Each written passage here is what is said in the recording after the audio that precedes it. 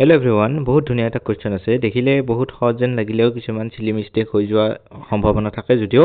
আমি এবাৰ ভালকে কোৱেশ্চনটো কৰো। ৰেট অফ হিট ট্ৰান্সফাৰ আমাৰ ফৰ্মুলাটো আমাৰ লাগে। আমি মেইনলি আমি জানো যে rate of heat transfer dq by dt এইটোক তোমালোকে h বুলি লিখিব পাৰা মই নিলিখোতে তোমালোকে চাই যাবা ইকুৱেল টু ওপৰত থাকিব থাৰ্মেল কণ্ডাক্টিভিটিৰ ইউনিটো আহে কিছুমান পৰীক্ষাত KA A মানে আছে এৰিয়া অফ ক্ৰছ সেকশন তলফাল থাকিব লেন্থটো অৰ্থাৎ তাৰ পিছত থাকিব আমাৰ হায়াৰ টেম্পাৰেচাৰ টু লোৱাৰ temperature T2 minus T1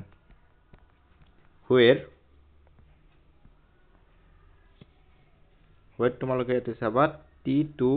is greater than T1 standard formula আমাৰ এইটো যাৰ ফল এইবিলাকৰ ফৰ্মুলাৰ আমাৰ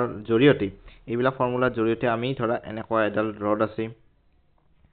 ৰডালৰ আমাৰ এই ফালটো বেলেগ টেম্পাৰেচাৰ এটা মেইনটেইন কৰা হৈছে এই ফালটো ধৰা 0 ডিগ্ৰী টেম্পাৰেচাৰ এটা মেইনটেইন কৰা হৈছে এইফালে যদি 100 ডিগ্ৰী টেম্পাৰেচাৰ মেইনটেইন কৰা হৈছে এইটোত আমি জাংশনত টেম্পাৰেচাৰ আমি উলিয়াবলৈ এই সূত্ৰটো ব্যৱহাৰ কৰো আৰু বহু ক্ষেত্ৰত যদি চাও আমি এনেকৈ তিনিটা মূৰ থকা আমি জাংশনৰ পাও এই জাংশন বিলাকতো আমি এনেকুৱা ধৰা বিভিন্ন ধৰণৰ দিয়া থাকিব 20 তোমালোকে এতে চাবা যে 20 ডিগ্ৰী দিয়া থাকিলে তাৰ পিছত ধৰা 30 ডিগ্ৰী দিয়া থাকিলে এইটো ধৰা তোমালোকৰ 120 ডিগ্ৰী দিয়া থাকিলে তে আমি জাংশনত আমিৰ হিটটো উলিয়াৰ কাৰণে আমি ইয়াতে আমি টেম্পাৰেচাৰটো উলিয়াৰ কাৰণে আমি এইবিলাক সূত্ৰ ব্যৱহাৰ কৰো গতিকে ইয়াৰ পৰা আমাৰ কোৱেশ্চনটো ধুনীয়াকৈ হিজি গৈছে গতিকে এতিয়া আমি চাম